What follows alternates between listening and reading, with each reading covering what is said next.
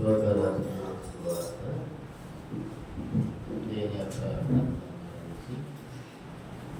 లోకరాజన సువార్త 5వ అధ్యాయం 7వ అధ్యాయం 31వ వచనం తర్వాత దేని యొక్క వాక్యం వచ్చిందో రాలేదు కొంచెం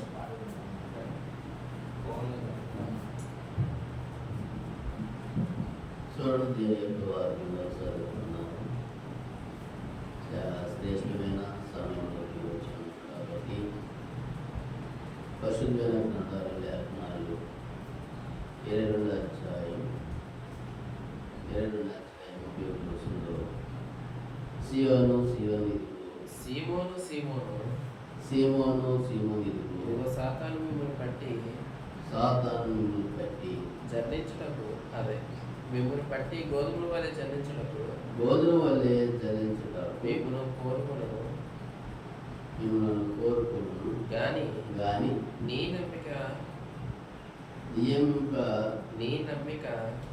నమ్మిక తప్పిపోకున్నట్లు నేను నీ కొరకు వేడుకొంటిని. నీ మనసు తిరిగిన తరువాత నీ సహోదరులను సిద్ధపరచవచ్చు. నీ సహోదరులను సిద్ధపరచమని చెప్పాను. నీతో కూడా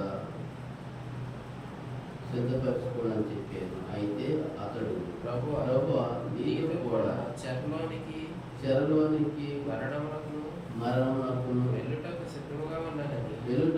సిద్ధంగా ఉన్నానని అనగా ఆయన పేతురు వైపు నీవు నన్ను ఎరుగని ముమ్మారు చెప్తున్నాను. నేడు కోడి కుయ్యమునిపి నీకు చెప్తున్నాను అని కుయ్యదని నీతో చెప్పుచున్నాను.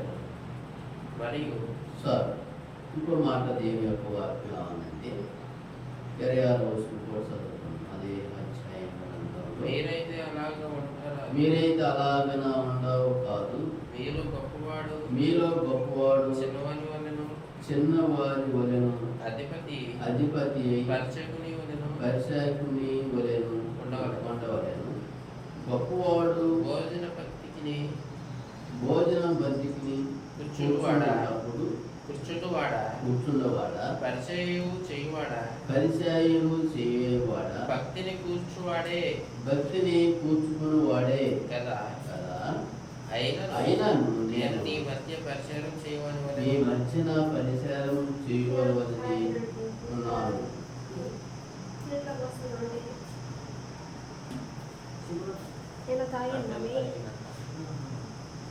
నా సహోదరులలో నాతో కూడా నిలిచి ఉన్నారు మీరే కనుక నా తండ్రి నాకు రాజ్యమును నియమించినట్లుగా ఈ రాజ్యములో నా రాజ్యంలో నా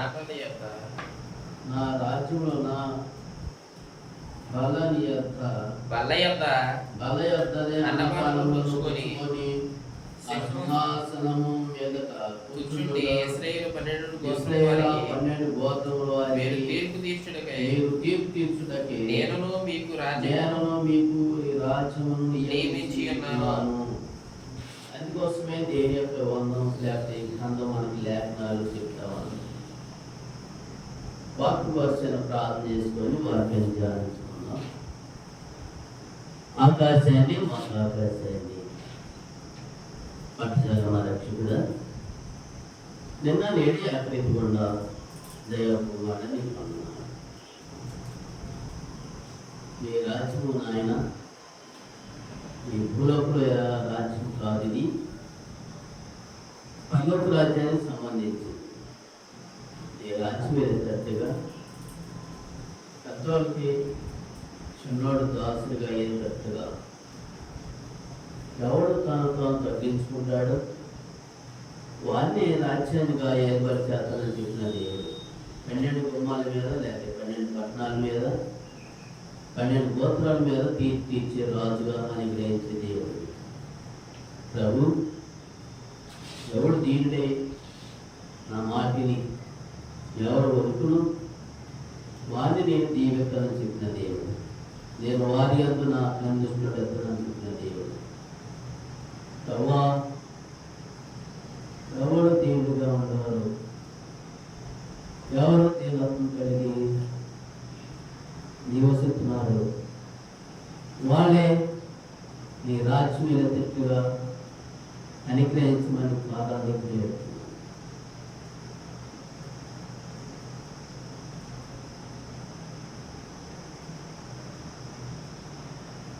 తండ్రి దానికి అయ్యప్ప కూడా అయ్యప్పని కానీ పాపుల ప్రధానమైన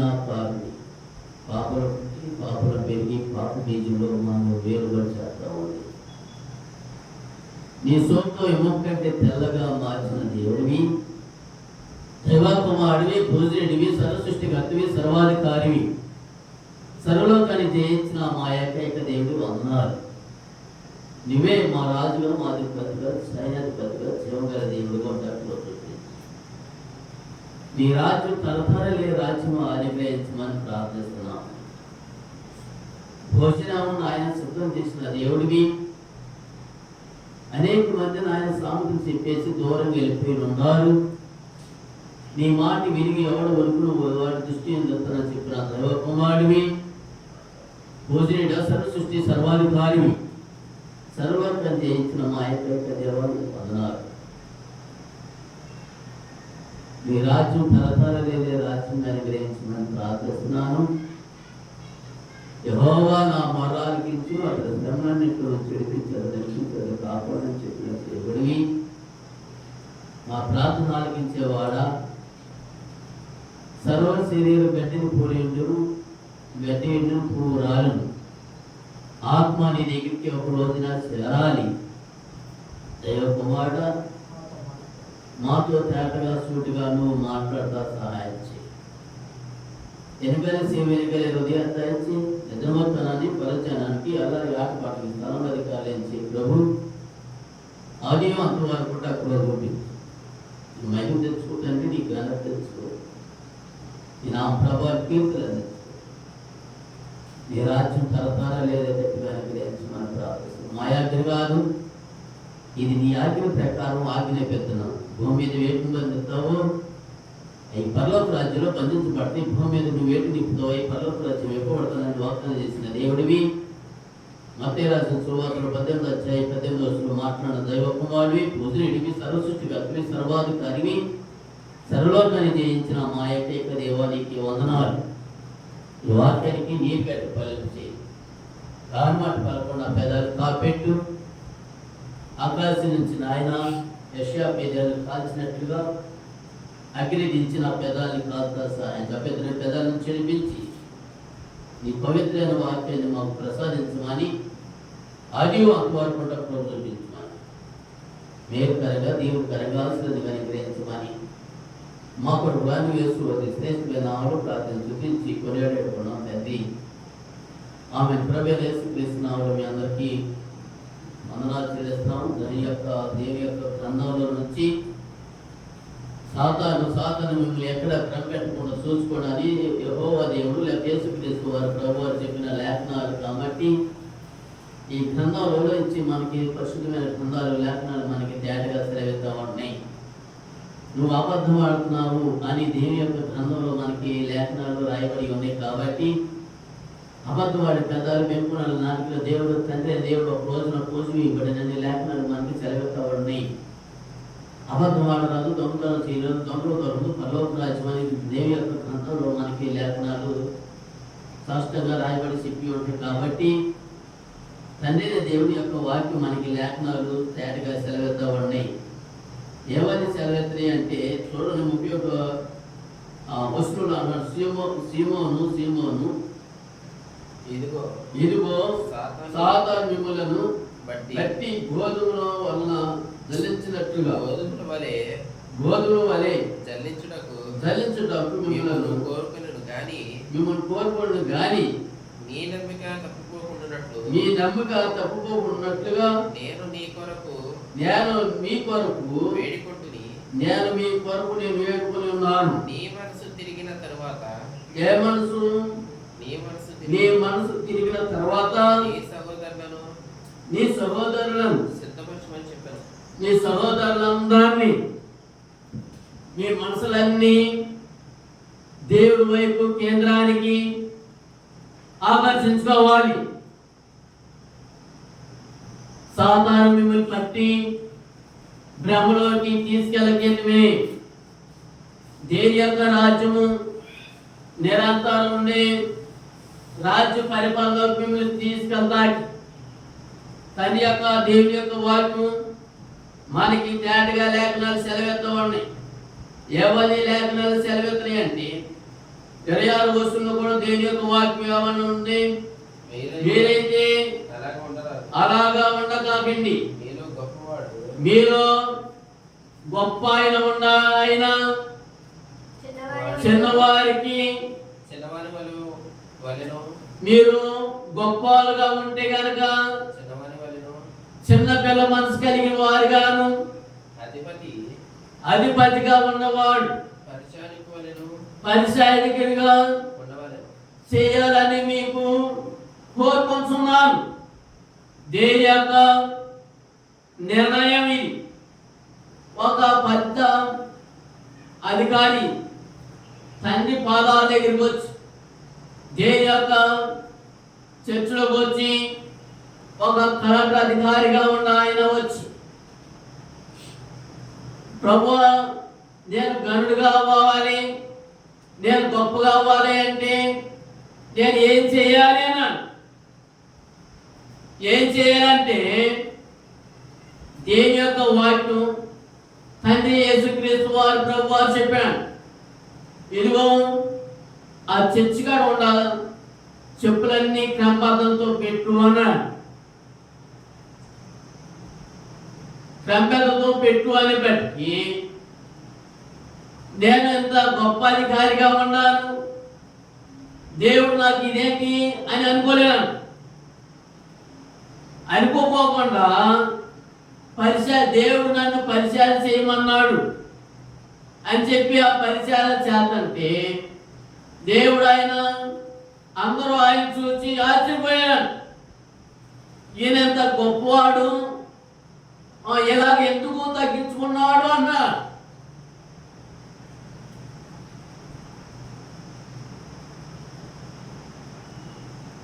ఎంత గొప్ప అధికారిగా ఉన్న ఆయన ఎందుకు ఇలాగా తగ్గించుకున్నారు అన్నారు. దేవుడు నన్ను ఈ పని చేయమన్నాడు అని అందరూ కొందరైతే ఆయన సదతో చూసినాక ఎవరు కాదే క్రమంగా చెప్పులు పెట్టుకుంటే అన్నారంట. ఒకసారి చదివాడంట, రెండోసారి చదివితాకి ఆయన వస్తుంటే మీరు ఎవరు మీరు చదవంచలేదు, మేమే చదువుకుంటామని చెప్పేసి ఆ చర్చకొచ్చే వాళ్ళందరూ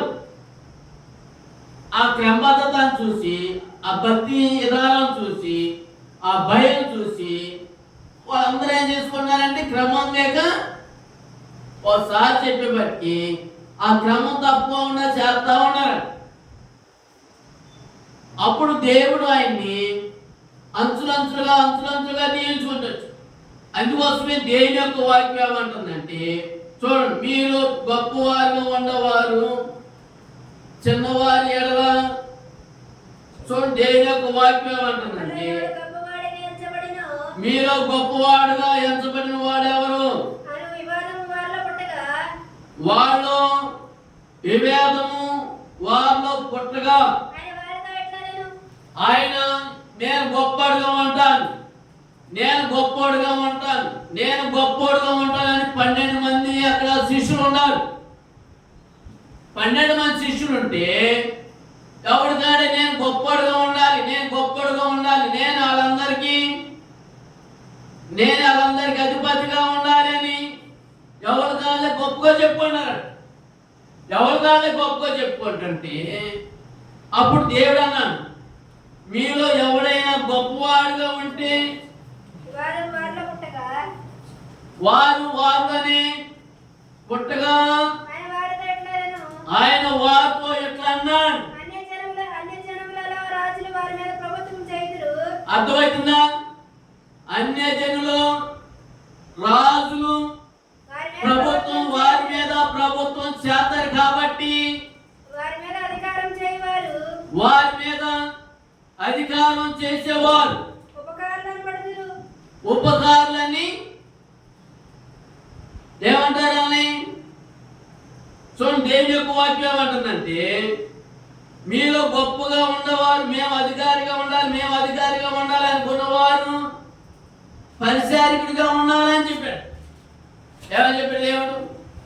మీలో ఎవడు గొప్పవారు ఉంటాడో వాడు తగ్గించుకోవాలి అన్నాడు. వాడు తగ్గించుకోవాలనేప్పటికీ ఎవరు కూడా మాట్లాడటానికి అవకాశమే అక్కడ లేదు. అందుకోసమే ఎవరికాడు మాట్లాడటానికి అవకాశం లేక నోరు మూసుకొని ఉన్నాను. ఎందుకని? దేవుడి పని అనేది. నేను గొప్పోడుగా ఉండాలి అని ఎవరికాడే అనుకునే సమయంలో దేవుడు మీరు ఎవరు గొప్పలుగా ఉంటారో వాటి చిన్నోడికి దాసులు ఉండాలి, తగ్గించుకొని ఉండాలి, అందరికీ మీరు చెప్పినట్టుగా మేము వినేవాడిగా ఉండాలనేప్పటికీ ఎవరు కాదు నోరు మూసుకొని మెదలుకున్నాం. అందుకోసమే దేవుని యొక్క వాక్యం ఏమంటుందంటే తండ్రి అయిన దేవుడు చెప్తున్నాడు. అక్కడ అన్నాడు 9వ వచనంలోకి వచ్చిన 9వ వచనంలో గనుక తండ్రి నాకు రాజ్యము నియమించినట్లుగా అర్థమైందా? ఎవరికి ఏదో దేవుడు ఆ రాజ్యాన్ని వారికే సిద్ధం చేస్తాడు. నాకు రాజ్యం కావాలి అని 12 మంది అక్కడ పోట్లాడుకున్నారు. ఎవరు కానీ ఏ దేశం ఎత్తుకోడు పక్కన పడేసి, లేకపోతే వీళ్ళు పోట్లాడుకునే సమయంలో చూడు దేవుని యొక్క వాక్యం మనకి ఏమని చెప్తుంది? గనుక నా తండ్రి నాకు రాజ్యము నియమించబడినట్టుగా నా రాజ్యము 30వ వచనం చదువుకో. రాజ్యము నియమించబడినట్టుగా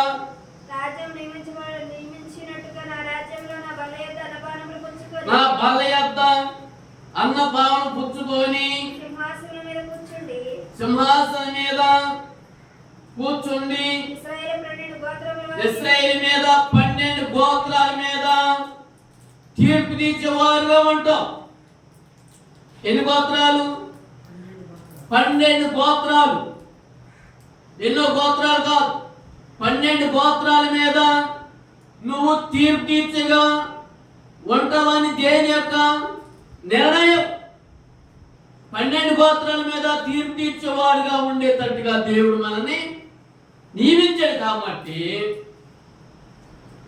దేవుని యొక్క వాక్యంలో మనకి లేఖనాలు సెలవెత్తావంటే 12 గోత్రాల మీద తీర్పు తీర్చేవారు కానీ తీర్పు తీర్చుటకు నేను నీకు రాజ్యము నియమించి ఉన్నాను. సిమోను ఇదిగో సాతాను మిమ్మును పట్టి గోధుమలను దలించినట్లుగా. అర్థమైందా? సాతాను మిమ్మల్ని పట్టి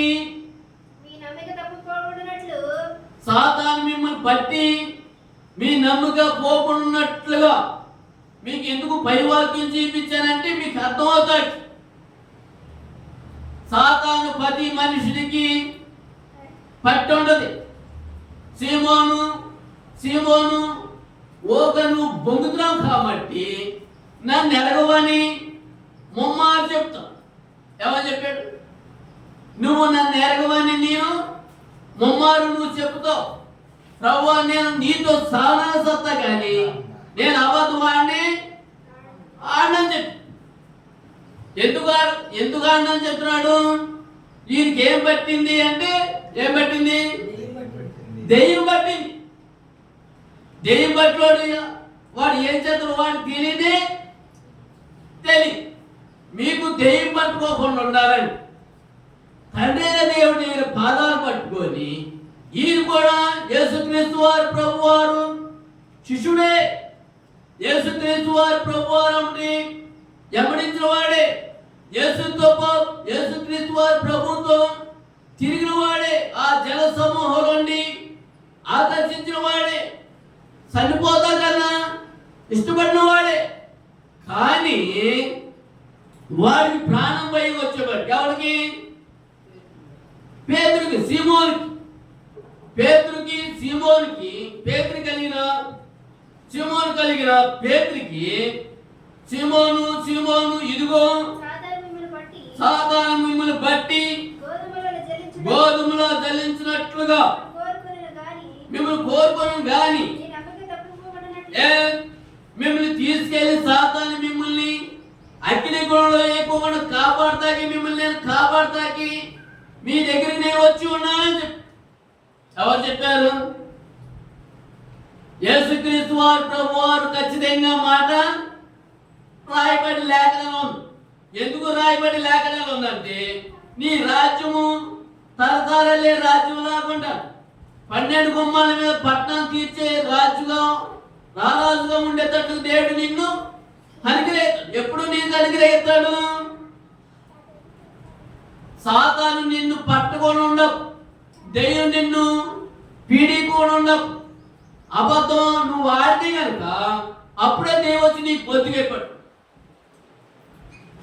నువ్వు అబద్ధం ఎప్పుడు ఆడతావు? సాతాను వచ్చేప్పుడు నీ నెత్తి మీద వచ్చి కూర్చోడు. అప్పుడు నువ్వేం చేస్తావో నీ తెలియదు. అందుకోసమే దేవుని యొక్క వాక్యం ఏమంటుందంటే, తండ్రి దేవుడి యొక్క వాక్యంలోకి ఆది కాండంలోకి చూడండి. ఆది కాండంలో 3వ అధ్యాయం 4వ వచనం చదువుకుంటే, సాతాను మిమ్మల్ని ఎందుకు పీడిస్తుందో, దెయ్యం మిమ్మల్ని ఎందుకు అబద్ధికుడిగా చేసిందో 3వ అధ్యాయం ఆది కాండం 3వ అధ్యాయం 4వ వచనంలో అర్థమవుతుందా?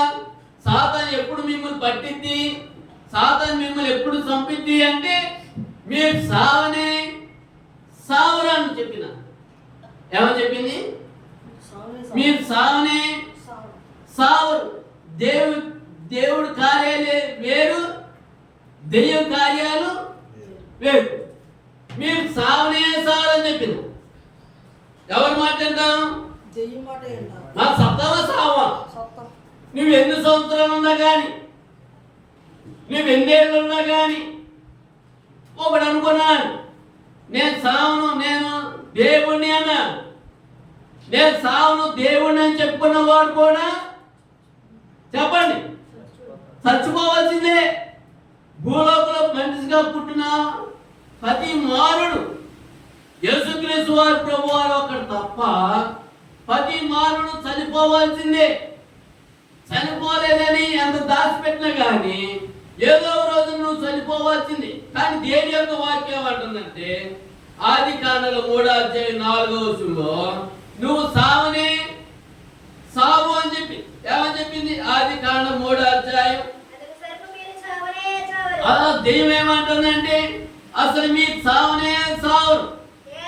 ఏదైనా నువ్వు అది కనుక తినే తినాన్ని మీ కళ్ళు తెరవబడతాయి, మీరు మంచి చెట్లు వెలిగిన వారుగా ఉంటారు. ఎలా ఉంటారండి? నువ్వు పైకి రెక్క కట్టుకుని ఇవాళ మీద వెళ్ళిపోతావు అని చెప్పినాను. ఏమని చెప్పింది? మీరు దేవదూతలాగా ఉంటారు. దెయ్యం దేవదూతలు తీయండి, దెయ్యం దేవి, దేవదూత. మీరు దేవదూతలాగా అయిపోతారని చెప్పింది. ఆయన మీ దేవదూతలాగా అయిపోతారు అని చెప్పేవారికి దేవుని యొక్క వాక్యం మీరు నిశ్చయంగా దేవుడు ఆ వాక్యం మనకి లేఖనాలు సెలవిస్తామండి. మీ కళ్ళకు వృక్షము ఆహారము మంచిదయ్యు, మీ కనులకు అందంగాను. ఎప్పుడు చూసే పండే ఏంటి? ఎప్పుడు చూసే కాయే. దీనికి ఏం పట్టింది? దీనికి దెయ్యం పట్టింది. దెయ్యం పట్టినోడు ఏం చేస్తాడు ఎవరికి తెలీదు. కామ పిశాచం అనే దెయ్యం మీకు ఉంటది. కామ అనేది నేత్రాలు ఎప్పుడు ఆకర్షిస్తూనే ఉండదు. ఈ నేత్రం చూసిన నేత్రాలు ఆకర్షించినప్పుడు నీవేం చేస్తావో నీకు తెలియదే. అందుకోసమే సాతాను సాతాను మేము భ్రమ పెట్టుకున్నట్లుగా, సాతాను మిమ్మల్ని మరుగు చేయకున్నట్లుగా ఏం చేయాలి? చూడండి, మీ మీ కన్నులకు తగ్గ రమ్యంగాను అందమైనదియు అందంగాను వివేకించు రమ్యంగాను నిన్నుడ చూసినప్పుడు దాని ఫలములో కొన్ని తీసుకొని దాని ఫలంలో కొన్ని తీసుకొని తిని తనతో తనతో పాటు కూడా తన భర్తకు ఇచ్చి తన భర్త కూడా ఇచ్చినాడు. వీడు చచ్చేది కాకుండా చెప్పండి ఎవరు? అవ్వ సత్యాలు కాకుండా తన యజమాని కూడా తీసుకెళ్ళి ఇచ్చినాడు. చంద్రబాబు నువ్వు కూడా రాకపోతే రావాల్సిందేనే. నువ్వు కూడా నాతో పాటే. యేసుక్రీస్తు వారు ప్రభు మాట ఏం చేశారు? తీసి పక్కన పెట్టి, నీ రాజ్యము ఏ రాజ్యం ఇది? తలతారు నుండి రాజ్యం, 12 గుమ్మాల మీద పట్ల మీద తీర్పు తీర్చే రాజ్యంగా ఉంటామని చెప్పి ఆ మాట ఇచ్చిన దేవుడు నిరార్థంగా నెరవేర్చే దేవుడు కాబట్టి ఆ మాటని తీసి పక్కన పెట్టేసి, ఎవరు పక్కన పెట్టేశారు అంటే అవ్వ ఆదం పక్కన పెట్టేశాడు. తర్వాత పేతురు ఆయన సీమోను కలిగిన పేతురు దేవుడి మాట పక్కన పెట్టేశాడు. దేవుడి మాట పక్కన పెట్టేసేపటికి దేవుడు ఆ సాతాను పట్టినప్పుడు గోడసాటికి వెళ్ళి ప్రత్యాతాపుడై వేడ్చాడు. అలాగా ఎక్కడ కూడా అవ్వాలో కూడా ఆ పండు తిన్న దినాన్ని వారి కళ్ళు తెరవని అంటాడు. వారి కళ్ళు తెరవని అంటాడు. వారి కళ్ళు తెరవడే బట్టి వారు సిగ్గు తెలిసినారు. ఏం తెలిసిన వాళ్ళకి? సిగ్గు వచ్చిందని. ఎప్పుడు సిగ్గు వస్తుంది? ఏదో అవమానం కలిగినప్పుడు, ఎవరైనా చూసినప్పుడు వీళ్ళకి సిగ్గు అవమానం వచ్చింది. అందాక వీళ్ళకి సిగ్గు అవమానం ఏంటో తెలిసేది కాదు. దేవుళ్ళు నిరర్థంగా నిలిచిపోయి ఉన్నారు. దేవుడి భక్తులు, దేవుడి యొక్క పూజలు, దేవుడి యొక్క అడుగుదాలు నిరర్థంగా నిలిచిపోయి ఉన్నారు కాబట్టి వీళ్ళకి సిగ్గు తెలియలేదు. ఎందుకని తెలియలేదు? వాళ్ళకి వీళ్ళు పశువులాగే ఉన్నారంటే, పశుప్రాయలాగే ఉన్నారు. అవ్వాదం యేసుక్రీస్తు వారి ప్రభువు దగ్గర, లేకపోతే యెహోవా దేవుడి దగ్గర పశువులాగానే ఉన్నారు. ఆ వస్త్రాలు కూడా లేకుండా ఉన్నాయండి. దేని యొక్క గ్రంథాలు, లేఖనాలు అవ్వ ఆదం అంటారు. ఆది మానవులు అంటారు. చూసారా? ఆది మానవులు కాదు, అవ్వ ఆదం అని దేవుని యొక్క గ్రంథంలో పరిశుద్ధమైన లేఖనాలు మనకి తేటగా రాయబడి ఉంది. అందుకోసమే వారి సిగ్గు తెలిసిన తర్వాత చూడండి, వాళ్ళు కనులకు రంజంగాను ఆహారంలకు మంచిదిగాను వారి కనులకు దాని ఫలంలో కొన్ని తీసుకొని తెచ్చి తనతో పాటు తన భర్త కూడా ఇచ్చాను. అతను కూడా తినే వారిద్దరి కనులు తెరవబడేను. అంత క్రితమే కళ్ళన్నీ మూసిపోయి ఉన్నాయి. ఎప్పుడు కళ్ళు తెరవబడతాయి? నీ మంద దృష్టి పోయినప్పుడు, నీ మంద దృష్టి నిన్ను విడిచి వెళ్ళినప్పుడు అప్పుడు నీ కళ్ళు తెరవబడి, అమ్మో దేవుడు ఎంత శక్తిమంతుడా అంట, దేవుడు ఎంత బలం ఉందా, ఎంత శక్తిమంతుడో నేను గ్రహించలేనే అని అప్పుడు గుర్తు. కానీ దేని యొక్క వాక్యం పడుతుందంటే వారి కన్నులు తెరవబడిన తర్వాత అప్పుడు వారిద్దరు కన్నులు తెరవబడి వారు తాము తమ దిగంబరాన్ని తెలుసుకొని అంజూరపు ఆకులను పుట్టి దానికి వాళ్ళకి అందరికి కచరాలు తయారు చేసుకున్నారంట. ఏమండి? ఎవరు చెప్పారు? వాళ్ళకి అంతకేతో వస్త్రాలు కూడా లేవండి. వా పండు తిన్న తర్వాతే, వారు సిగ్గు తెలిసిన తర్వాతే అప్పుడు కచరాలు తయారు చేసుకొని వారిద్దరు తయారు చేసుకొని సిగ్గు తెలిసి అందుకోసమే దేవుడి యొక్క వాక్యం అంటుందంటే ఇదంతా మన చరిత్ర అంతా చెప్పుకుంటే మన సమయం కాదు, కానీ దేవుడి యొక్క వాక్యం మనకి లేఖనాలు వారి కళ్ళు తెరవబడాలని, పేతురు కళ్ళు కూడా తెరవబడాలని, 12 గుమ్మాల మీద పట్ల మీద మిమ్మల్ని తీర్పు తీర్చువారి నేను చేయాలని సాతాను మిమ్మల్ని జల్లివేసి జల్లించకుండా ఉన్నట్లుగా ఎలా ఏ గింజలాగా ఉండాలి? మంచి గింజలాగా ఉండాలి, గోధుమ గింజలాగా ఉండాలి. తారు తప్పు గింజలు ఏమైపోతాయి అంటే జల్లడి కిందకి తూర్పాలు పోసినప్పుడు వెళ్ళిపోతుంది. అలాగా దేని యొక్క రాజ్యంలో దేని యొక్క పరిపాలన ఉండవంతు వారు ఆయన తూర్పాలు పోస్తే తాడు తప్పులన్నీ కొట్టుకెళ్ళిపోతాయి. ఒకే ఒడ్డు కింద శ్రేష్టమైన కింద ఏ కింద కావచ్చు, శ్రేష్టమైన కింద ఒక కిందే మిగిలిపోయింది, బలం కలిగిన కింద మిగిలిపోతున్న అవకాశం ఉంది. అట్లాగా దేవుని యొక్క వాక్యంలో మనకి లేఖనాలు సెలవెత్తాడు. చూడండి, దేవుని యొక్క వాక్యం మనకి పరిశుద్ధమైన గ్రంథాలు, ఇదంతా చరిత్ర గురించి చెప్పుకున్న సమయం కాదు, కానీ కొన్ని మాటలు మీకు లేఖనాల్లో రాయబడి చెప్పి ఏమి రాసిన గ్రంథాలు చూడండి. ఏమి రాసిన గ్రంథం? దేవుని యొక్క వాక్యం 1వ అధ్యాయం 9వ వచనం చదువుకుంది. ఏమి రాసిన గ్రంథం? 1వ అధ్యాయం 9వ వచనంలో మనకి లేఖనాలు సెలవెత్తవండి. దేవుడు ఏమి రాసిన గ్రంథం? 1వ అధ్యాయం అని అడగగా అపవాది ఏబు ఊరకయే దేవుని యందు భయభక్తులు చూడండి. దేవుడు ఆయన్ని దేవుడు ఏబుని ఆశీర్వదిస్తే ఏమని చెప్పింది? దెయ్యం ఊరికి నీ దగ్గర ఉన్నాడా?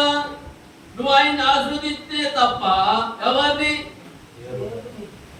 చెప్పింది? ఆయన చేతి పనిని ఆశీర్వదించే అందుకు యెహోవా నీవు నా సేవకుడని ఏమో సంగతి ఆలోచించితివా? అతడు యథార్థవంతుడు, న్యాయవంతుడై దేవుని యందు భయభక్తులు కలిగి చెడుతనాన్ని సాధించిన వాడు. భూమి మీద అతను వంటి వాడెవడను లేడు అతని అని అడగగా చూడండి, దెయ్యం ఏమంటుంది? అపవాది ఏబు ఊరికనే దేవుని యందు భయభక్తిని కలిగిన వాడా?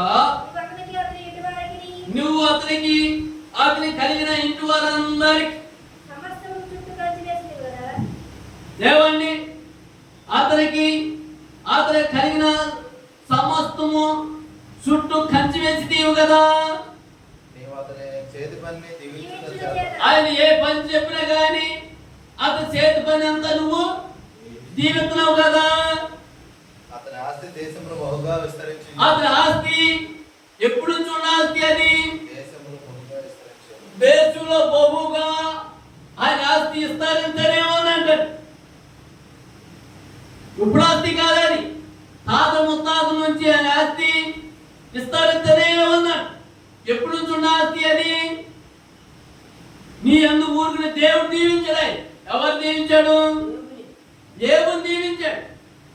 ఆయన నీ అందు ఊరికనైనా ఉండాలని చెప్పింది. దేవుని యొక్క వాక్యం అంటుందంటే భూమి మీద అతని వంటి వాడెవడను లేడు అతని అని అడగగా అపవాది ఏబు ఊరకయే దేవుని యందు భయభక్తులు దేవుని యందు భయభక్తులు కలిగిన వాడయ్యా నీవు అతని ఇంటి వారికి అతనికి కలిగిన సమస్తము చుట్టూ కంచి వేసింది కనుక నీవు అతని చేతి పనిని దీవించడం చేత ఏమండి చేతి పనిని దీవించాడు. అతని ఆస్తి దేశంలో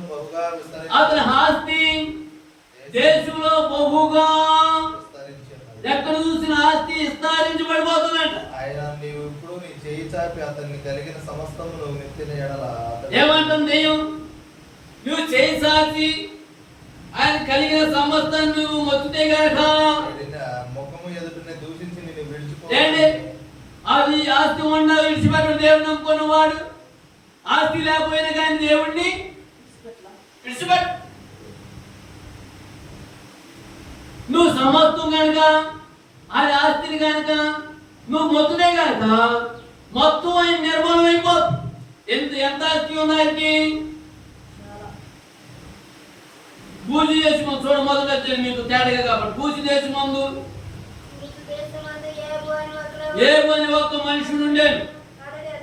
అతను యథార్థవంతుడు న్యాయవంతుడై దేవుని యందు భయభక్తులు కలిగి చెడుతనాన్ని సాధించిన వాడు. అతనికి 7 కుమారులు 3 కుమార్తె కలిగి ఉన్నాడు. ఎన్ని వేలండి? ఒక గొర్రె ఉంటే మనం ఆగలేదు. 7,000 గొర్రెలు అంటే 3,000 ఒంట్లు ఉన్నాయి, 500 జత ఎడ్లు ఉన్నాయి, 500 ఆడగాడిదలు ఉన్నాయి, చాలా మంది పనివారు ఉన్నారు. ఎంతమంది పనివారు అంటే లెక్కలేదు. అది కలిగినంత నువ్వు నాశనం చేస్తే కనుక ఏమని చెప్పింది దెయ్యం? ఏమని చెప్పింది? సాతాను కార్యాలు కొంత దెయ్యం. దానికేం తెలుసు? దేవుడి కార్యాలు దానికి తెలుసండి. దేవుడి రాజ్యం దానికి తెలుసా? దేవుడి పరిపాలన దానికి తెలుసా? దేవుడి అధికారం దానికి తెలియదు. ఇదంతా తీసేస్తే కనుక నిన్ను విడిచి, నీ మొహాన్ని విడిచి దూషించి నిన్ను ఎప్పుడూ దూషించేస్తాను. యేసుక్రీస్తు వారి ప్రభువుని అనుకున్నవాడు ఎన్నడూ కూడా దూషించు.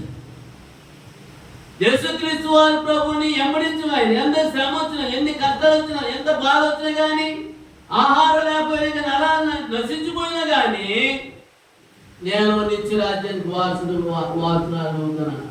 ఎవడికి దేహం అంటే సీసాపనే ఆకాశ పక్షులు పోషించే దేవుడు మనల్ని కూడా పోషిస్తానే పోషించడం తగిలేదు. ఎవరో కూడా దేవుడు తీసుకొచ్చి వారికి అనుగ్రహించారు. అందుకోసమే దేవుని యొక్క వాక్యం ఏమంటుందంటే, చూడ దేవుని యొక్క వాక్యం అవన్నీ తీసేసిన కానీ నేను విడిచిపోతాడే అనుకుంది. కానీ దెయ్యం కానీ దేవుడిని ఎంబడతాడని ఆయన గుర్తెరగనే ఎవరు గుర్తెరగలేదంటే, చూడ దేవుని యొక్క వాక్యంలో మనకి లేఖనాలు సెలవెత్తా ఉంటుంది. ఏబులు రాసిన గ్రంథం 2వ అధ్యాయం 7వ వచనం చదువు. 2వ అధ్యాయం 7వ వచనంలో దేవుని యొక్క వాక్యం మనకి లేఖనాలు సెలవెత్తా ఉంటుంది. 2వ అధ్యాయం. కాబట్టి అపవాది యెహోవా సన్నిధి నుండి బయలు వెళ్ళి, చూడండి, అపవాది దేవుడి సన్నిధి నుండి బయలు వెళ్ళింది. అరికాలు మొదలుకొని నడినెత్తు వరకు బాధగల అరికాలు మొదలుకొని నడినెత్తు వరకు బాధగల కురుపులతో ఏముని మొత్తినండి. అతడు ఒళ్ళు గోమురు అర్థమైందా? అతనికి ఒళ్ళు పోపుకుంటాకి చిల్లపెక్కు తీసుకొని గోడు ఏవండి బూడిదలో కూర్చుండగా, చిల్లపెక్కు తీసుకొని బూడిదలో కూర్చున్నాడు. అతని భార్య వచ్చి అంటున్నాడు, నీవు ఇంకాను యథార్థవంతుని వదలకపోయిందువా? ఇంకా యథార్థతని వదలకుండా ఉంటావా దుర్మార్గుడా? దేవుని దూషించి మరణము కమ్మెను. అది ఏం తెలుసు దేవుడి సంగతి ఏంటి? నువ్వు దేవుడిని దూషించి సావు అంటాను. ఏమంటుందండి? దేవుడిని దూషించి నువ్వు సావు అంటాను. ఏమని చెప్పింది? అంతా నాశనమైపోయింది. గొర్రెలు పోయింది, ఎడ్లు పోయింది, మందలు పోయింది, ఆస్తి పోయింది, అంతా సర్వనాశనం అయిపోయింది. అంటే ఇంకా నువ్వు యథార్థతని వదలవా అంటారు. దేవుడిని దూషించి నువ్వు సావరాదంట. ఏమంటుంది? దేవుడు దూషించి నువ్వు చనిపో అంట. కానీ చూడు దేవుని యొక్క వాక్యం ఏమంటుందంటే, అందుకతడు నువ్వు మూర్ఖురాలు మాట్లాడినట్లుగా నీవు మాట్లాడుతున్నావు. మనము దేవుని వల్ల మేలు అనుభవించు. అర్థమైందండి? దేవుని వల్ల మేలుని నువ్వు అనుభవించి కీడును మనం అనుభవించు కీడును కూడా అనుభవించదు తగవా. నేను ఈ సంగతులు ఏ విషయము ఏవు అన్ని తింటాం. పాపం చేయదు. ఏమి సంగతిలో ఏ పాపం కూడా ఏ పాపం చేసి వచ్చాడో నన్ను అయ్యగారు. అందుకోసం దేవుడు కుష్టి వ్యాధి పెట్టాడు, పురుగులు పడే తట్టి చేశాడు, వెళ్ళి బూడిదలో కూర్చొని అందుకోసం వ్యాధి పెట్టాడండి. అర్థమైనా? యథార్థకుండా దానికి దెయ్యానికి చెప్పండి, యథార్థకుండా దానికి దెయ్యానికి ఇష్టపడదండి. శుభ్రంగా దెయ్యం కలది వాసలేదు, దాని కళ్ళన్నీ ఎప్పుడు ఎట్టే ఉంటాయి, ఎప్పుడు నాశనం అయిపోతా ఉండదు. దాని కళ్ళన్నీ పాపిష్టమైన కళ్ళు. దేని కళ్ళు? దాని కన్నే మంచిది కాదు. దేని కన్నండి? దెయ్యం కళ్ళు. నీ ఎందుకు ఊరినేనా భయభక్తులు కలిగి ఉన్నాడా? ఏమంది దెయ్యం? నీ ఎందుకు ఊరినేనా భయభక్తి కలిగి ఉన్నాడు? దాని కళ్ళని ఎప్పుడు పచ్చకుండా వారే చూస్తూనే ఉంటుంది. దాని కళ్ళు శుభ్రమైన కుటుంబాన్ని శుభ్రమైన ఇస్తుందండి. అది శుభ్రంగా సంసారం తీసుకున్న కుటుంబాన్ని, పిల్ల చెల్లతో ఉన్న కుటుంబాన్ని గొట్టుమోతానికి ఏం చేసి బిడ్డసారం అంటారు. కాదు ఏమంటారండి? గొట్టుమోతానికి ఏం చేసి బిడ్డసారం అంటారు. అర్థమైనా? ఆ దియ్యానికి ఏం చేస్తుంది? దేని యొక్క శక్తి, దేని యొక్క బలం, దేని యొక్క ఆర్భట దానికి ఏం తెలుసు? దాని కళ్ళన్నీ ఎప్పుడు ఎవరు నాశనం చేద్దావా అని తిరిగిలాడుతూ ఉంటుంది. ఏం చేస్తా ఉంటుందండి? దాని కళ్ళని ఎప్పుడు ఎవరు నాశనం చేద్దామా అని తిరిగిలాడుతూ ఉంటుంది. ఎప్పుడు దాని కళ్ళు దృష్టి అంతా అది ఏ కుటుంబం మీదే ఉందండి. ఏ కుటుంబం మీద ఉందండి? దాని కళ్ళన్నీ కన్ను దృష్టి మీదే ఉన్నాను, లేకపోతే పేతుల మీదే ఉన్నాను, లేకపోతే అవ్వాదాల మీదే ఉన్నాను. వీళ్ళు శుభ్రంగా బతుకుతున్నారు అనుకున్నాను. ఏమండి? వీళ్ళకి ఏమైనా కష్టం లేకుండా చక్కగా కాయ పండు తింటుకుంటా సుఖంగా ఉంటే దాని కన్ను వాసనైపోయినా. ఏ కన్ను? ఆకాశం నుంచి దిగువత దిగువత దిగువత చూసినాను. వీళ్ళ మీద నేను ఎట్లా పగ తీర్చుకోవాలి అనుకున్నాను. ఎప్పుడు? యెహోవా దేవుడు నీ బతుకు మార్చుకొని చెప్పాడు. ఏమని చెప్పాడు దానికి? యెహోవా దేవుడు నీ బతుకును మార్చుకో అని చెప్పాడు. ఎవరికి? సాతానికి. చేసేవారే నా దగ్గర ఎంతో సైనికులు ఉన్నారు, కోటాది దేవదూతలు ఉన్నారు, నేను కాగితం రమ్మంటే వీళ్ళందరూ నాతో పాటు వచ్చేద్దారు అని చెప్పి లూసిఫర్ బతుకు చెప్పాడు దేవుడు.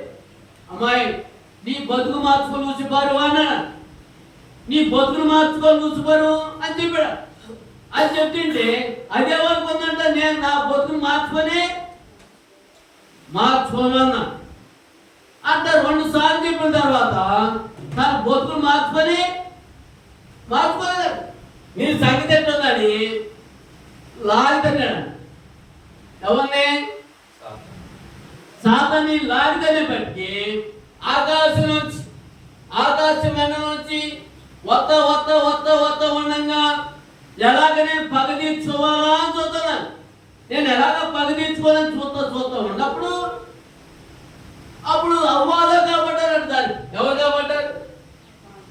అవ్వాదం కాబట్టారంటే దాన్ని శుభ్రమండ కుటుంబాన్ని, శుభ్రమండ సంసారం చేసే కుటుంబాన్ని దాని పని ఏంటంటే నాశనం చేస్తమే. పచ్చబండ పొలాన్ని దుమ్మెందుకోవటమే దానికి ఇష్టమైంది. దేనికి? సాతానికి. దానికి శుభ్రంగా ఉంటే దానికి ఎంత మాత్రం ఇష్టపడదు. ఆ కొంపుని పెట్టరా, ఈ కొంపుని పెట్టరని నువ్వు ఎక్కడి నుంచి వచ్చావు అమ్మా అన్నాడు. ఏమన్నా దాన్ని? నువ్వు ఎక్కడి నుంచి వచ్చావు అన్నాడు. నా పని ఏంటయ్యా? నా పని ఏమి లేదు, అటు ఇటు తిరగదు. నా పని ఎవరు శుభ్రంగా ఉంటే ఆ కొంపుని నువ్వు పెడతావు నా పని అన్నాడు. తెల్లారు లెక్కి దానికి ఏం పని? ఎవరికి? మనుషులు అనుకున్నవాళ్ళు. నీకు పట్టి దెయ్యం నిన్ను కొంపు తీసుకెళ్తావాడు. ఏ కొంపు తీసుకెళ్ళి నేను కొంపును పెట్టుకుంటూ వస్తాం. కానీ దేవుడి యొక్క వాక్యం ఉంది, శుభ్రంగా ఉండబ్బాయి అని చెప్పి, శుభ్రంగా జీవించని తండ్రి దేవుని యొక్క వాక్యం అంట. 2వ అధ్యాయం చూడండి. మీకు ఎందుకు ఈ వాక్యం చెప్పాలని వస్తుందంటే నీ రాజ్యం తరతరం ఉండే రాజ్యం. ఏబు రాసిన గ్రంథం 2వ అధ్యాయం 7వ వచనంలో లేఖనాలు మనకి సెలవెత్తా ఉన్నాయి. 2వ అధ్యాయం 7వ వచనంలో దేవుని యొక్క వాక్యం అంట. కాబట్టి అపవాది యెహోవా సన్నిధి నుండి వెళ్ళి కాబట్టి యెహోవా సన్నిధి నుండి బయలుదేరి వెళ్ళి అరకాలు మొదలుకొని నడినెత్తు వరకు బాధ కలిగిన కురుపులతో ఏవును కొట్టేను.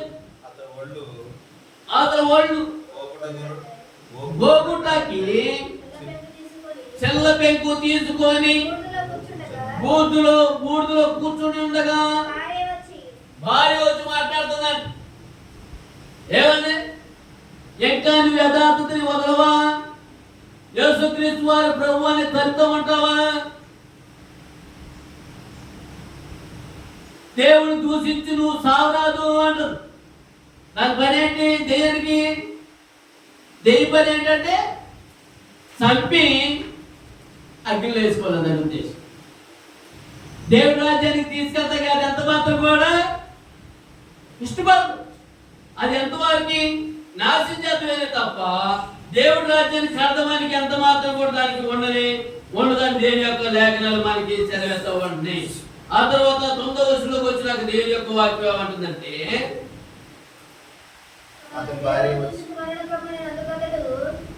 అందుకతడు మూర్ఖురాలు మాట్లాడినట్లుగా నువ్వు మాట్లాడవద్దు. దేవుని వలన మనం మేలు అనుభవించి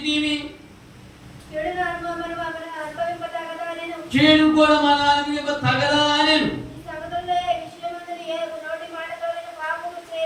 నోటి మాటతో గాని ఏ పాపము చేయలేదు.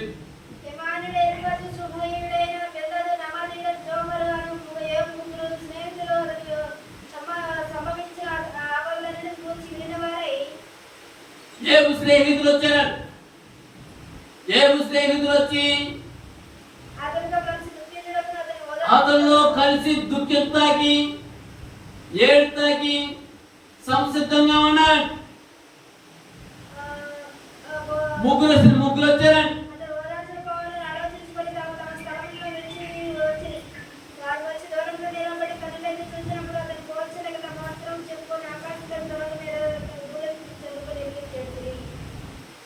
ఆకాశం వైపు కన్నులెత్తి ఏడుతా ఉన్నాడు. ఆకాశం వైపు కన్నులెత్తి దుఃఖిస్తా ఏడుతా ఉన్నాడు. ఎందుకు ఏడుతున్నాడు అంటే ఆయనతో పాటు ఆ స్నేహితులు కూడా కన్నీరు కార్చి ప్రభు దగ్గర ఏడుతూ ఉండేప్పటికీ దేవుడు మళ్ళీ అంతకి దేవుడు ఆయన్ని దీవించుకుంటాడు. అందుకోసమే దేవుని యొక్క వాక్యంలో లేఖనాలు అని చెప్తున్నాయి అంటే జకర్యా రాసిన గ్రంథం చదువుకొని ముగించుకుంటాం. చాలా వాక్యం ఉంది కదా. జకర్యా రాసిన గ్రంథం చదువుకొని ముగించుకుంటాం. 3వ అధ్యాయం 1వ వచనంలో జకర్యా రాసిన గ్రంథం దేవుని యొక్క వాక్యం మనకి లేఖనాలు సెలవిస్తా ఉంటాయి. మరి యెహోవా దూత ఎదుట ప్రధాన యాజకుడైన యెహోషువ నిలబడి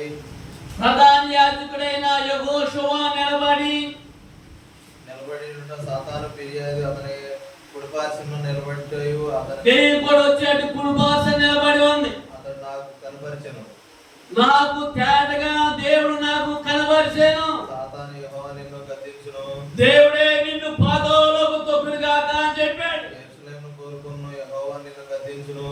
యెరూషలేము దేవుడిని కోరుకున్న యెహోవా నిన్ను గద్దించును గాక. అగ్నిలో నుండి తీసిన గోరుబలినియు ఉన్నాడు కదా. అగ్నిలో నుండి నిన్ను తీసినట్లుగా యెహోవా దూత సాతానుతో అనెను. యెహోవా దూత సాతానుతో అనెను. దేవుడి ఆత్మ లేకపోతే ప్రాణాన్ని తీసుకెళ్ళాలని ఉద్దేశించిన ఎవరి ప్రాణం చూడండి. దేవుని యొక్క ఆజ్ఞ ప్రకారం జకర్యా రాసిన గ్రంథంలో 3వ అధ్యాయం 1వ వచనంలో దేవుని యొక్క వాక్యం ఏమంటుందండి? యెహోవా దూత ఎదుట యెహోషువ నిలబడటయు సాతాను ఫిర్యాదైన అతడు కుడిపార్శ్వన నిలబడటయు అతడు నాకు కనబరిచెను. సాతానా దేవా నిన్ను యెహోవా నిన్ను గద్దించును గాక. యెరూషలేము పట్టణాన్ని కోరుకొని యెహోవా నిన్ను గద్దించును గాక. అతను అగ్నిలో తీసినాక ఎలా ఉన్నాడు? తగతగలు అగ్నిలో తీసిన వారు మెరుగా మెరిసినట్లుగా ఉన్నాడు అని యెహోవా దూత సాతానుతో అని అనెను.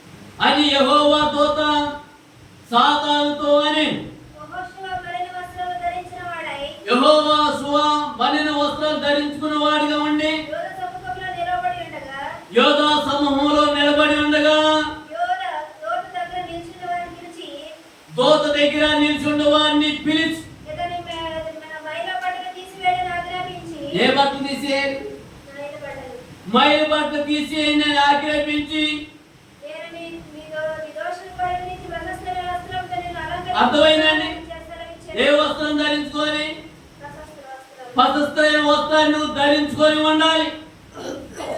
తలని బాగా పెట్టించుడని నేను మరణ చేయగా పదస్తు వస్త్రాన్ని ధరించుకుని ఉంటే, రక్షణ వస్త్రాన్ని ధరించుకుని ఉంటే అగ్నిలో నుండి లాగినట్లుగా నిన్ను దెయ్యం చేస్తుంది అగ్నిలోకి వేయాలని చూస్తాం. అది పాపిష్టమైన మురికైన వాటన్నిటిని ఏం చేసుకోవాలి? మనం ఏం చేసుకోవాలండి?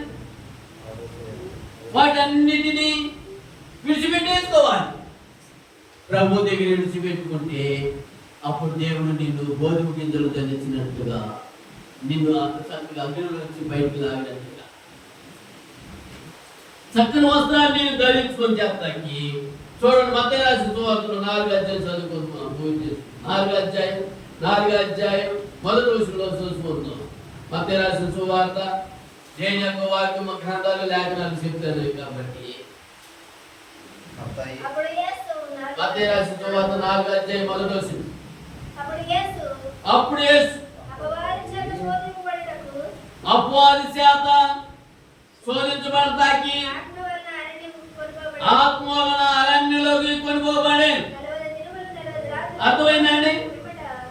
నీ రాజు నీకు దక్కాలంటే, నీ పరిపాలన నీకు రావాలంటే, నీ ప్రాణాన్ని నువ్వు కాపాడుకోవాలంటే ఏం చేయాలి? ఉపవాసం ఉండాలి. ఎన్ని దినాలు ఉండాలి? 40 దినాలు ఉండాలి, 40 రాత్రులు ఉండాలి, 40 పగలు ఉండాలి. ఉపవాసం దేనికి ఉండాలి? నీ ప్రాణాన్ని కాపాడుకుంటాకి, నీ రాజ్యం, నీ తరతరాలు ఉండే రాజ్యం నేను కాపాడుకుంటాకి. ఎన్ని దినాలు ఉండాలి? 40 రాత్రులు, 40 పగలు దేవుడు సాతాన్ని జయించుకుంటాయి. అపవాది సంఖ్యలో నుంచి నిన్ను విడిపించబడుతుంటాయి. దేని యొక్క వాక్యం మనకి లేఖనాలు ఖచ్చితంగా చెప్తా పడుతుంది. ఏమని చెప్తుంది చూడండి, దేని యొక్క వాక్యం ఏమంటుంది? 4వ అధ్యాయం.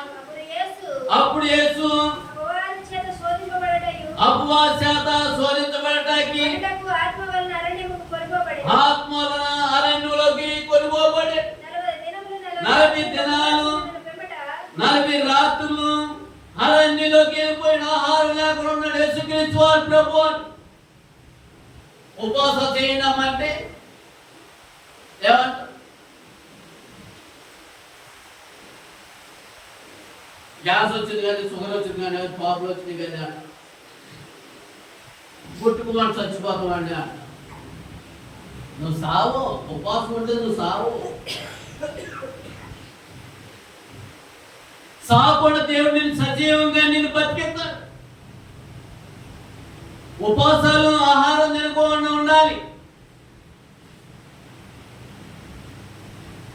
ఉపవాసం చేస్తున్నాం అంటే మీ నెలంతా ఉపవాసమేనండి, 100 రోజులు ఉపవాసమేనండి, 7 రోజులు ఉపవాసమేనండి. ఏసారి గారు చెప్పేవాడు, నెలకొండలు ఎంత పాదాకు చూడండి, ఎంత లీటర్ పాదాకు చూడండి, వాటి అదినట్టుగా తిన చూడండి. నేను ఉపవాసం ఉంటున్నాను కూడా. అట్టయితే అట్టే చేస్తాను గారు అన్నాడు. అట్టయితే నేను రోజు ఉపవాసం ఉంటాను అన్నాడు. 2 సంవత్సరాలైనా నేను ఉపవాసం ఉంటానండి. ఏమి తినకుండా ఉండాలని, నువ్వు 1 రోజు చెయ్యి, 2 రోజులు చెయ్యి, 3 రోజులు చెయ్యి. అర్థమైందా? దెయ్యం నిన్ను విడిచి దూరం వెళ్ళిపో. సాతాను దగ్గర రాకోకుండా నిన్ను విడిచి ఏబుని ఊరినే నిలిచి ఉన్నాడా? ఆ కుష్టి వ్యాధి విడిచి వెళ్ళిపోయింది. సంపూర్ణమైన ఆరోగ్యం ఇచ్చాడు దేవుడు, సంపూర్ణ శక్తి ఇచ్చాడు, సంపూర్ణమైన బలం ఇచ్చాడు. పోయిన ఆస్తి అంతా దేవుడు ఆయనకి మళ్ళీ తిరిగిచ్చాడు. ఎంత పోయిందో, 7 కుమారులు పోతే 14 మంది వచ్చారు. 3 కుమారులు పోతే ముగ్గురికి 6,000. 5,000 ఎడ్లకి 500 జత ఎడ్లు, మళ్ళీ 5 పోయి 10 ఎడ్లు వచ్చేసి అంతకంతకి దేవుడు ఆశీర్వదించాడు. అట్లాగే దేవుడు నిన్ను కూడా ఆశీర్వదించాలంటే నీ రాజు తరతరాలు ఉన్నారంటే కొన్ని దినాల వారికి ప్రభు దగ్గర ఉపవాసం ఉండి ప్రార్థన చేయాలి. ప్రార్థన చేస్తే కనుక దెయ్యం కళ్ళేము ఎవరు శుభ్రంగా ఉండ గుట్ట మీద దాని పని ఏంటంటే సరనాశం చేస్తే దాని కన్నే మంచిది కాదు. అర్థమైందండి? యేసుక్రీస్తు వారి ప్రభు కూడా సర్వనాశనం చేయాలనుకున్నాను. ఇదిగో ఈ రాజ్యం నీకు ఇస్తాను, ఎక్కడి నుంచి చెందుతుగా అన్నాను. ఏమంటుంది యేసు ప్రభుని? నువ్వురా ఈ లోక రాజ్యాలన్నిటినీ 1 నిమిషంలోకి చూపించినాడు. దాన్ని ఈ లోకరాజ్యం దాని తాత సొత్తా. ఎవరిదండి ఈ లోకరాజ్యం? ఎవరిది? తండ్రి అయినా దేవుడి. యేసుక్రీస్తు వారి ప్రభు వారి లోకరాజ్యం ఎవరు సొత్తు ఏమి కాదండి. ఇది ఈ లోకరాజ్యం ఎవరిదంటే తండ్రి అయినా దేవుడు, యేసుక్రీస్తు వారి ప్రభు.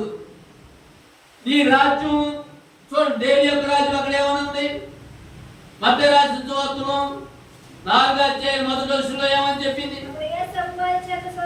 అపవాది చేత శోధించబడి ఆత్మ అరణ్యంలోకి కొనుకోబడి 40 దినాలు 40 రాత్రులు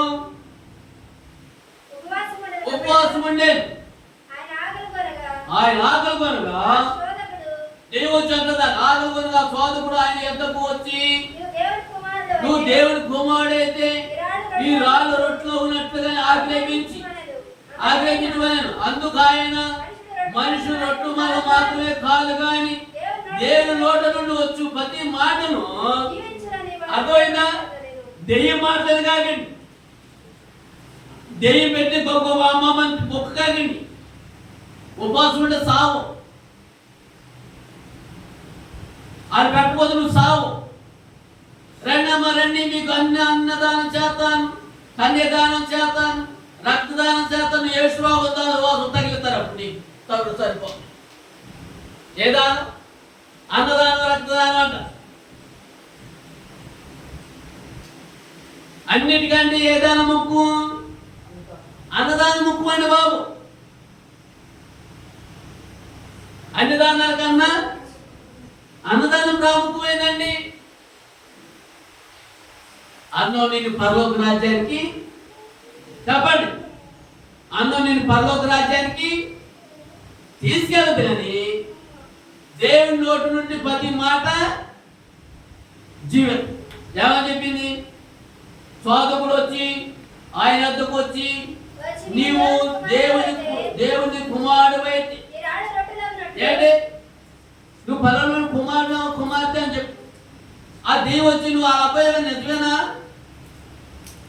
మొన్న ఒకటి ఎట్లా అన్నాడు, మీ అబ్బాయినండి అసలుకే, మీ అబ్బాయినండి అసలుకే, మీరు సమానంగా ఉన్నారండి. ఆడన్నా వాళ్ళ అబ్బాయే, చెప్పండి. ఆడ అనపోయినా వాళ్ళ అబ్బాయి. ఆ కుమార్తె అన్నా, ఆ కుమార్తె కాదన్నా ఆ కుమార్తె. ఆ దెయ్యానికి ఏం తెలుసు? నువ్వు ఈ రాళ్ళు రొట్టెలు చేసుకొని తినండు, ఎందుకు ఆగకుండా ఉంటావు? నీకు అన్నం పెడతారా? పందారేస్తారా? ఏంటి? భేదాలు పెట్టు. భేదాలు పెడితే నేను కడుపు నిన్ను ఏమండి లేదని పెడితే ఆకలి ఏంటో తెలిసిందాడు. ఉండవని పెట్టివనుకో నీకు ఆకలి ఏం తెలిసింది? భేదాలు పెడితే నీ ఇంటి 10 సార్లు వచ్చి నేను ఆహారం వండుకుంటాడు. ఉండడు పెట్టి నీకు ప్రయోజనకరం ఏమంటుంది? నీ మేలుకరం లేని అడిగితే నాకు మేలు చేశాడు బాబు అనుకుంటాడు. అర్థమైంది? నేను అన్నాడు కూడా మర్చిపో. అలాగా దేని యొక్క వాక్యం ఏమంటుందంటే, సాధకుడు వచ్చి ఆయన వద్దకు వచ్చి నీవు దేవుని కుమారుడైతే రాళ్ళు రొట్టెలు ఉన్నట్లుగా ఆజ్ఞాపించు. అందుకు ఆయన మనుషులు రొట్టెలు మాత్రం కాదు కానీ దేవుని నోటి వచ్చే ప్రతి మాటను జీవించినది రాయబడి ఉన్నదని అని. అందుకు అతడు అంతటా అపవాది ఏమంది? పరిశుద్ధ పట్టణాన్ని శిఖారు మీద తీసుకెళ్ళిందంట. దేవాలయ శిఖారం తీసుకెళ్ళే దెయ్యం ఆయన నిలబెట్టి, నువ్వు దేవుని కుమారుడు అయితే ఎక్కడి నుంచి కింద దూకంటున్నాను ఏంటి? ఏమంటుందండి? నువ్వు దేవుని కుమారుడు అయితే కిందకు దూకు. కింద దూకు సావరాదు. ఏమండి? దాని తెలివితేటలు చూడు, దాని కుయుక్తులు చూడు, దాని ఆలోచన చూడు, దాని తలంపులు చూడండి. దెయ్యం దాని కన్నే మంచిది కాదు ఏంటి? కింద దూకంటారు. కింద దూకమని సత్తాగే కదా. అదేనా దెయ్యం మాటలు కానీ దెయ్యం మాటలంటే కొద్దిగా పిసికి చంపింది.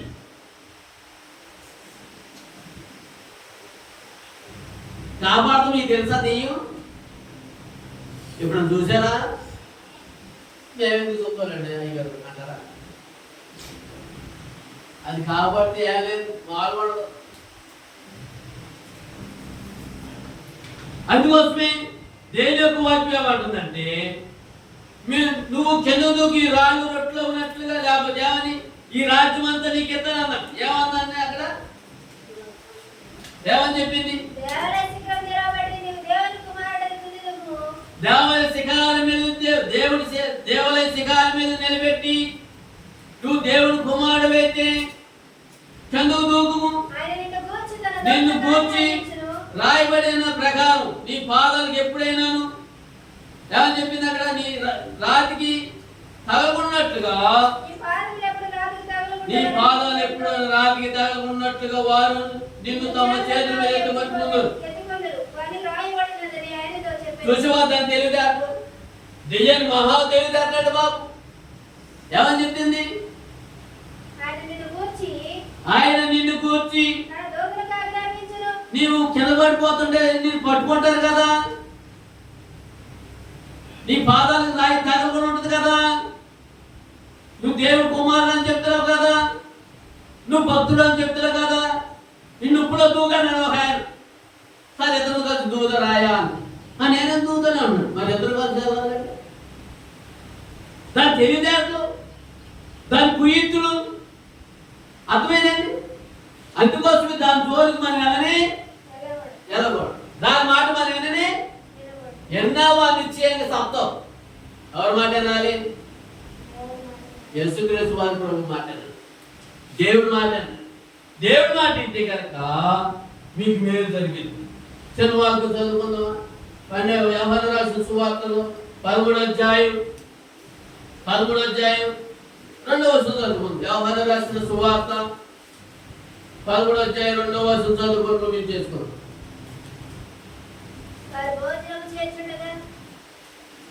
యేసుక్రీస్తు వారు ప్రభు వారి దగ్గరికి వచ్చినప్పుడు భోజనం చేస్తుండగా యేసు ఒక రొట్టె పట్టుకొని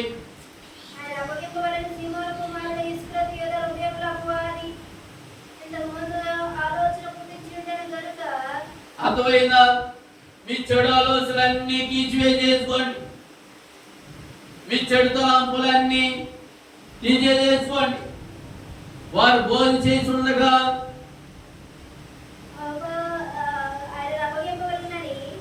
ఆయన అప్పగించాలని ఏదో ఏమండి అప్పగించే వాళ్ళు కొన్ని పక్కనే తిరుగుతారు. చాలా జాగ్రత్తగా ఉండాలి. మేము ఆ భక్తులమేనని చెప్తారు, మేము ఆ పూజారం అని చెప్తారు, మేము ఆ మనుషులం అని చెప్తారు. నేను పక్కన పోయి తెస్తానేమంటారు. నువ్వు వాళ్ళ కాలాన్ని వాళ్ళ గుర్తుల్ని నువ్వు వెలిగి తిరగాలి. అర్థమైందండి? మన సెల్ఫీ దిగుతానే అని చెప్పేసి ఖర్చు పెట్టి పోసాడు ఆయన. అర్థమైందా? నువ్వు కాలాన్ని సమయాన్ని గుర్తి ఎరిగి నువ్వు తిరుగుతా ఉండాలి. అందుకోసమే దేవుని యొక్క వాక్యం ఏమంటుంది చూడండి. దేవుని యొక్క వాక్యం మనకి లేఖనాలు చెప్తుంది.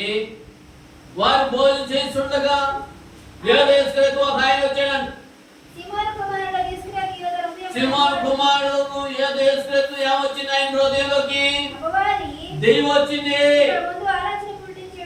అంతకుముందు ఆ దెయ్యానికి ఆలోచన ఉంది, ఆ దెయ్యానికి తలంపులు ఉన్నాయి. యేసుక్రీస్తు వారిని ఎట్టగొట్ట కింద పడదోయాలి, యేసుక్రీస్తు వారి ప్రభుని ఎట్టగొట్ట పాదాలు తొక్కాలి, ఆయన్ని చంపాలని ఉద్దేశించింది. ఎవరిని? యేసుక్రీస్తుగా మనుషులు బట్టి యేసుక్రీస్తు వారి ప్రభుని ఎవరికో తెలియకుండా జీవిస్తూ ఉన్నారు. ఎవరు తెలియకుండా జీవితం, ఎవరు అందరూ ఒకలాగానే ఉన్నారు. యేసుక్రీస్తు వారి ప్రభులాగానే అందరూ శిష్యులందరూ అంకిలి అంచులు వేసుకొని ఉన్నారు, తెల్లగా కాపాడుతున్నారు చక్కగా. యేసుక్రీస్తు కూడా ఉంటాడు మీ మధ్యలో. మిమ్మల్ని అప్పగించేవాడు కూడా ఉంటాడు, మోసగాడు. మిమ్మల్ని గొర్రెలు ఇచ్చి తోడేలు చెదరగొట్టినట్టుగా మిమ్మల్ని చెదరగొడతాడు. యేసుక్రీస్తు లాంటి వాడు దుర్మార్గుడు కూడా ఉంటాడు. మీరు చాలా జాగ్రత్త కూడా ఉండండి అని యేసుక్రీస్తు వారు ప్రభు వారు ఆయన తెలుసు. ఈ దుర్మార్గుడని యేసుక్రీస్తు వారు ప్రభు వారికి తెలుసా తెలియదా? యేసుక్రీస్తు అప్పగిస్తానని యేసుక్రీస్తు వారి ప్రభు వారికి ముందుగా తెలుసు.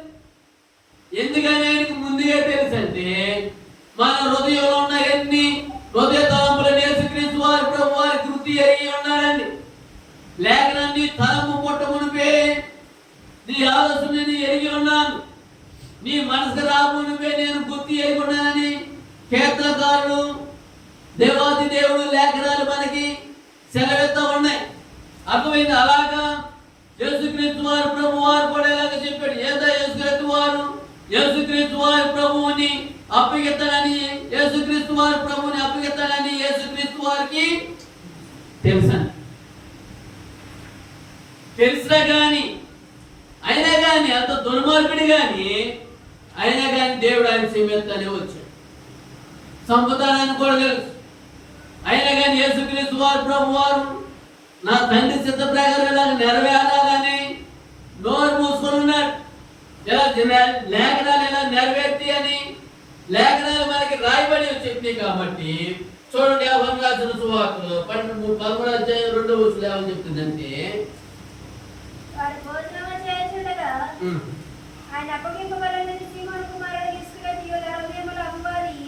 హృదయంలోకి అపవాది వచ్చిందండి. ఎంత ముందు ఆయనకి ఆలోచన పుట్టించుంది. దేనికి ఆలోచన పుట్టించుంది? డబ్బు కోసం అండి. డబ్బు కోసం ఎంత దుర్మార్గుడైనా ఎదుటివారి ప్రాణం తీసే దుర్మార్గులు ఉంటారండి. ఎదుటివారిగా సచ్చేది నాకెందుకు లేని చంపువారు ఉంటారండి. అర్థమైందా? ఏదో యేసుక్రీస్తు వారి ప్రభుని సంహారతాకి 38 నాణ్యాలకి యేసు ప్రభు వారిని అప్పగించేస్తాకి డబ్బులు కమ్ముడపోయాడండి. అర్థమైందండి? యేసుక్రీస్తు వారి ప్రభుని 38 నాణ్యాలకి అమ్మేస్తాకి ముందే సిద్ధమైపోయాడు.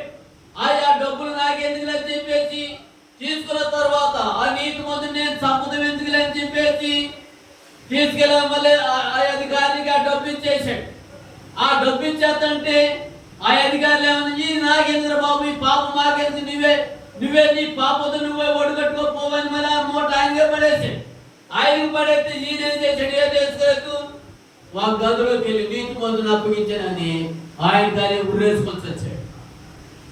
అర్థమైందా? నీ పాపము నిన్ను అంటాని నిన్నే చంపింది.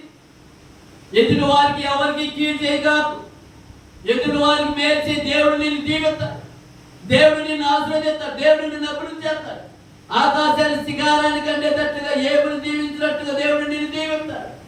యథార్థత ఎన్నడూ కూడా యేసుక్రీస్తు వారి ప్రభుని విడిచిపెట్టి ఎలాగా నీ యథార్థతని ఎప్పుడు కాపాడుకుంటావో 12 గుమ్మాల మీద పట్ట మీద రాజుగా అధికారిగా దేవుడు నిన్ను చేస్తాడు. అందుకోసమే దేవుని యొక్క వాక్యం చిన్న వాక్యం అక్కడే మాట ఒక లేఖనాలు ఉంది. చూడండి దేవుని యొక్క వాక్యం ఏమంటుందంటే, చదువుకోండి వాక్యం కింద అవసరం చేసి ముగించేసుకుంది. దేవుని ఎదుట వెళ్ళవలసినది ఎరిగి తండ్రి తన చెల్లి సమస్త అప్పగించిన నీవు తాను దేవుని ఎదురు నుండి బయలుదేరి వచ్చిన నీవు దేవుని ఎదుకు వెళ్ళవలసినదని చేసి అని భోజన పంక్తుల నుండి లేచి తన భయవస్త్రం కావదల పెట్టవేసి ఒక తువాల తీసుకొని నడుమును కట్టుకొనెను. అతడు పళ్ళెంలో నీళ్లు పోసి శిష్యుల పాదాలు కట్టుతాడు. అర్థమైందండి? పల్లెంలో నీళ్లు పోసి శిష్యుల పాదాలు కడుగుతా వచ్చాడంటే పట్టుకొని తువాలు తుడుచుటకును మొదలుపెట్టెను. ఇంట్లో చేయించు ఆయన సీమోను పేతురు దగ్గరికి వచ్చినప్పుడు, ప్రభువా నువ్వు నా పాదాలు కలుగుతాను, నేను ఏకుని కాను.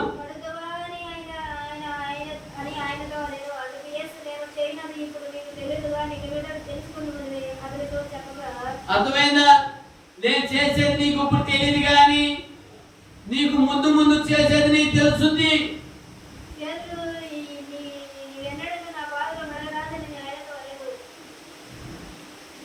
నువ్వు నా పాదాలు కడుతా ఏకుని కాదు, కానీ నన్ను నిలువెల్ల కడిగయ్యా అన్నాడు. అర్థమైందండి? అందుకోసమే ప్రతి వారి పాదాలు కడిగేది ఎందుకు అంటే, ఎందుకు అడుగుతారు? తాను తగ్గించుకున్నవాడు దేవుడు మిమ్మల్ని ఎత్తేస్తాడు. ఎవడు గొప్పవాడుగా ఉంటాడో వాడు చిన్నవాడికి పరిచాయకుడిగా ఉండాలి, లేకపోతే తాను వృత్తుడిగా చేసుకునేటట్టుగా ఉండాలి. దెయ్యానికి చోటీకుండా ఉంటే దేవుడు రాజ్యం మీద 12 కొమ్మాల మీద పట్టణం మీద నువ్వు తీర్పు తీర్చేవాడిగా ఉంటావు, లేకపోతే తీర్పు తీర్చే ఆవుగా ఉంటావు, అధిపతిగా ఉండవు, సైన్యాధిపతిగా ఉంటావు. దేవుడు అప్పుడు నిన్ను తరతరాల వారికి దేవుడు నిన్ను దీవెత్తనే ఉంటాడు. ఏపు పోయిన సంపాదన అంతా మళ్ళీ దేవుడు ఆయనకే అనుగ్రహించు. పోయిన ఆస్తి అంతా, పోయిన సొమ్ము అంతా దేవుడు మళ్ళీ దీవించు. అలాగే దేవుడు ప్రతి కుటుంబాన్ని, ప్రతి గృహాన్ని, ప్రతి ఇల్లుని దేవుడు మిమ్మల్ని దీవెత్తాడు. దేవుడు మిమ్మల్ని ఆశీర్వదిస్తాడు. దేవుడు మిమ్మల్ని అభివృద్ధి చేస్తాడు. ఎప్పుడు అభివృద్ధి చేస్తాడంటే ఆయన మాటకి ఆయనకి లోబడితే కనుక సాతానికి దూరం ఉండి సాతాను మనల్ని దళించినట్టుగా, ఎక్కడై గోధుమ గింజలు పొట్లు పోసి దళించినట్టుగా మంచి గింజలు తనకి ఇష్టమైన గోధుమ పొట్లు దేవుడు పోసుకుంటాడు. చెడిపోయిన గింజలన్నీ ఒక రోజు దేవుడు వాటిని అప్పుడు ఇక సమర్థం దేవుడు రాసిన వారికి మన సిద్ధంగా ఉంటే దేవుడు మనల్ని మన బిడ్డలు జీవితాలు అవకాశం పొద్దువారు దేవుడు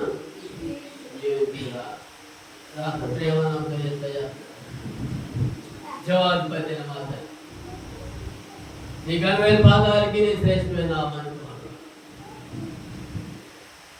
సాతాను ఎక్కడ లోపడుతుంటారు. ఆ పాపిష్టమైన కనిపిస్తూ నుంచి వెళ్తుంటారు. దుర్మార్గుల చేతుల నుంచి నీ రాజ్యం తరతరాలు ఉండే రాజ్యం 12 గుమ్మాల మీద పట్టం చేసే రాజుగా ఆయన అయిపోయినా ప్రభువా మా ప్రజలందరూ అన్ని నీ సోదరులు మా తండ్రి ఎదుర్కోవాలి. మేమేమి చేయగలను మా వాళ్ళు కేవలం నీ నామలో ప్రభువా బలికి పెట్టి యాదు పెట్టి గ్రాఫ్ వేసినామలు పోల్చుకుని ఆగలేదు. బలికిత తెయ్యాలని తండ్రి నామలు కూలిపోరుగా, తండ్రి నామలు అయింది దూరం అయిపోరుగా. నీ శక్తిని బలానికి లేదు, నీ ప్రభుత్వానికి లేదు, నీ గ్రామానికి ఈ వాక్యం మీ అందరి చేత జీవితాలు ఆస్వాదించాలని నా నాటికి అప్పగించాలి. శ్రీపాదని పడాలని చేసుకున్నాడు మీరు మాత్రం ఏ నామకం వచ్చిందా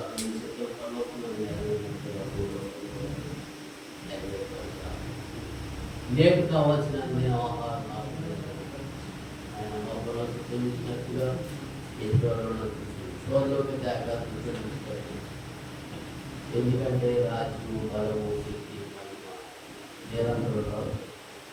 అదే దేవుడు ప్రేమ కుమారుడే వారి పరిశుద్ధాత్మ సావకుడు మూలపరిచి ప్రజలకి నాయన కూడా వచ్చిన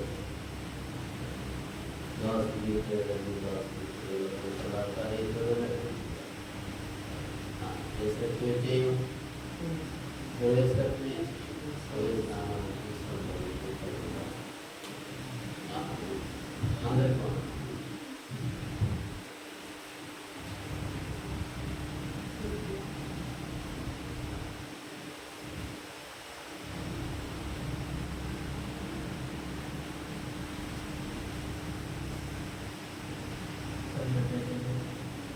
అదే